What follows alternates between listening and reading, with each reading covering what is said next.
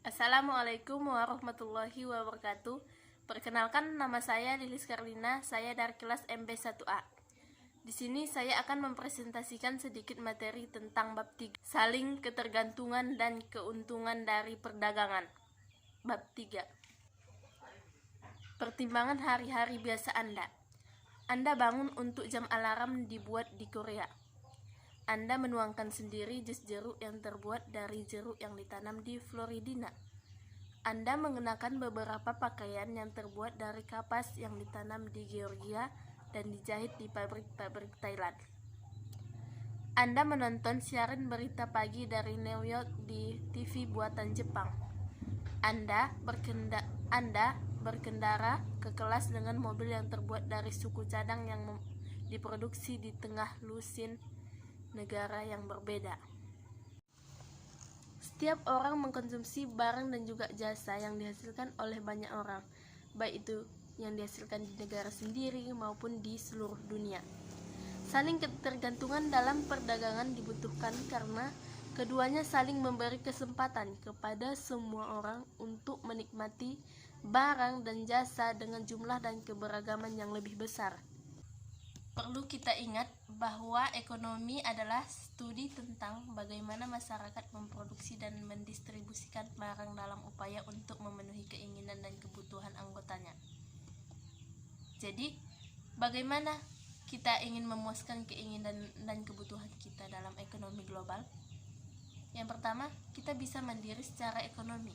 Yang kedua, kita dapat berspesialisasi dan berdagang dengan orang lain yang mengarah pada saling ketergantungan ekonomi. Dalam pengamatan umum, individu dan negara bergantung pada produksi dan pertukaran khusus sebagai cara untuk mengatasi masalah yang disebabkan oleh kelangkaan. Akan tetapi, ini menimbulkan dua pertanyaan. Yang pertama, mengapa saling ketergantungan menjadi norma? Yang kedua, apa yang menentukan produksi dan perdagangan? Mengapa saling ketergantungan menjadi norma? Karena saling ketergantungan terjadi karena orang yang menjadi lebih baik ketika mereka berspesialisasi dan berdagang dengan orang lain.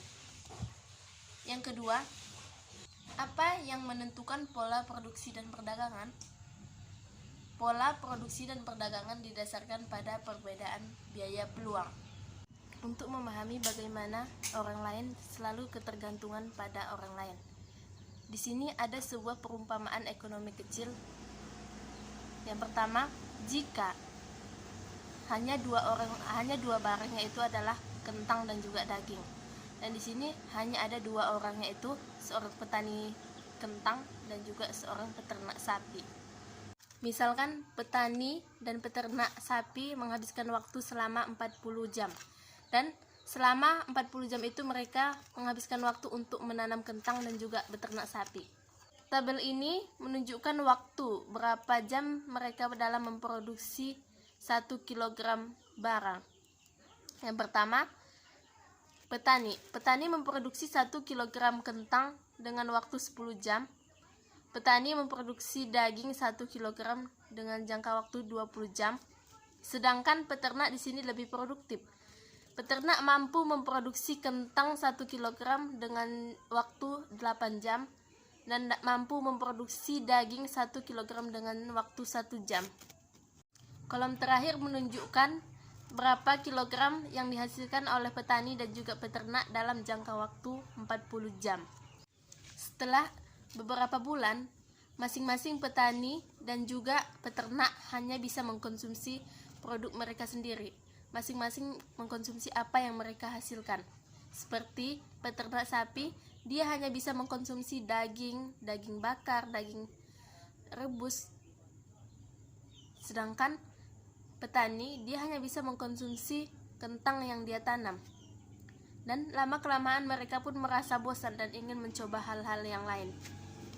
Batas kemungkinan produksi juga merupakan batas kemungkinan konsumsi. Perlu kita ketahui, tanpa perdagangan, keuntungan ekonomi akan berkurang. Petani dan peternak berspesialisasi dan berdagang. Masing-masing akan lebih baik jika mereka berspesialisasi dalam memproduksi produk yang lebih cocok untuk mereka hasilkan, dan kemudian berdagang dengan satu sama lain. Misalnya, Petani harus menghasilkan kentang, sedangkan peternak harus menghasilkan daging. Prinsip dari keunggulan komparatif. Perbedaan biaya produksi menentukan hal-hal sebagai berikut. Yang pertama, siapa yang harus menghasilkan apa? Yang kedua, berapa banyak yang harus diperdagangkan untuk setiap produk? Yang ketiga, siapa yang dapat memproduksi kentang dengan biaya lebih rendah? Apakah itu petani atau peternak? Perbedaan biaya produksi. Ada dua cara untuk mengukur perbedaan biaya produksi. Yang pertama, jumlah jam yang dibutuhkan untuk menghasilkan 1 unit pengeluaran, misalnya 1 pon kentang. Yang kedua, kemungkinan biaya mengorbankan satu kebaikan untuk kebaikan lainnya. Keunggulan mutlak. Yang pertama, menggambarkan produktivitas satu orang, perusahaan, ataupun bangsa dibandingkan dengan yang lain. Yang kedua, produsen yang membutuhkan input dalam jumlah yang lebih sedikit untuk menghasilkan suatu barang dikatakan menjadi keunggulan mutlak dalam menghasilkan barang yang baik. Keunggulan komparatif. Perlu kita ketahui, keunggulan komparatif bisa tercapai jika suatu negara mampu memproduksi barang dan jasa semakin banyak dengan biaya yang semakin rendah. Yang pertama, membandingkan produsen barang menurut mereka adalah kemungkinan biaya. Produsen yang memiliki biaya peluang lebih kecil untuk memproduksi suatu barang dikatakan memiliki keunggulan komparatif dalam menghasilkan barang yang baik. Spesialisasi dalam perdagangan ini menimbulkan dua pertanyaan. Yang pertama, siapa yang memiliki keunggulan absolut? Apakah itu petani atau peternak? Yang kedua, siapa yang memiliki keunggulan komparatif? Apakah itu petani atau peternak? Peternak hanya membutuhkan 8 jam untuk menghasilkan 1 kg kentang, sedangkan petani membutuhkan 10 jam. Peternak hanya membutuhkan 1 jam untuk menghasilkan 1 kg daging, sedangkan petani membutuhkan waktu 20 jam untuk menghasilkan daging. Jadi di sini peternak lebih memiliki keunggulan absolut dalam memproduksi daging dan juga kentang. Biaya peluang daging dan juga kentang. Peternak hanya membutuhkan 8 jam untuk menghasilkan 1 kg kentang, sedangkan petani membutuhkan 10 jam. Peternak hanya membutuhkan 1 jam untuk menghasilkan 1 kg daging, sedangkan petani membutuhkan 20 jam. Keunggulan komparatif. Biaya peternak dari 1 kg kentang adalah 8 kg daging, sedangkan biaya peluang petani dari 1 kg kentang adalah setengah kilogram daging. Biaya peluang peternak 1 pon daging hanya 1/8 kg kentang, sedangkan biaya peluang petani 1 kg daging adalah 2 kg kentang. Keunggulan komparatif. Nah, jadi peternak memiliki keunggulan komparatif dalam memproduksi daging, tetapi petani memiliki keunggulan komparatif dalam memproduksi kentang. Prinsip dari keunggulan komparatif. Keunggulan komparatif dan perbedaan biaya peluang adalah dasar untuk produksi dan perdagangan khusus. Setiap kali pihak perdagangan potensial memiliki perbedaan dalam biaya peluang, mereka masing-masing dapat memperoleh manfaat dari perdagangan.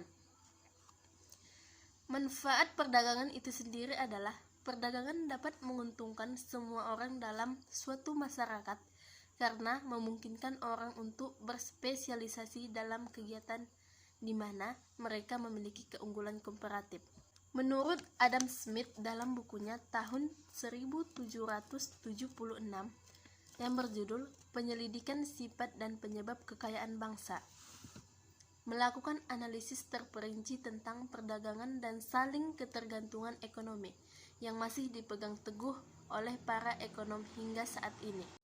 Sedangkan menurut David Rickard dalam bukunya tahun 1816 yang berjudul Prinsip Ekonomi Politik dan Perpajakan, mengembangkan prinsip keunggulan komparatif seperti yang kita kenal sekarang. Ringkasan yang dapat kita ambil yang pertama, saling ketergantungan dan perdagangan memungkinkan orang untuk menikmati jumlah dan variasi barang dan jasa yang lebih banyak. Yang kedua, orang yang dapat memproduksi barang dengan jumlah input yang lebih kecil memiliki keunggulan absolut. Yang ketiga, Orang dengan biaya peluang yang lebih kecil memiliki keunggulan komparatif. Yang kelima, keuntungan dari perdagangan didasarkan pada keunggulan komparatif, bukan keunggulan absolut. Yang kelima, keunggulan komparatif berlaku untuk negara dan juga masyarakat. Cukup sekian materi bab 3 tentang saling ketergantungan dan keuntungan dari perdagangan yang dapat saya sampaikan.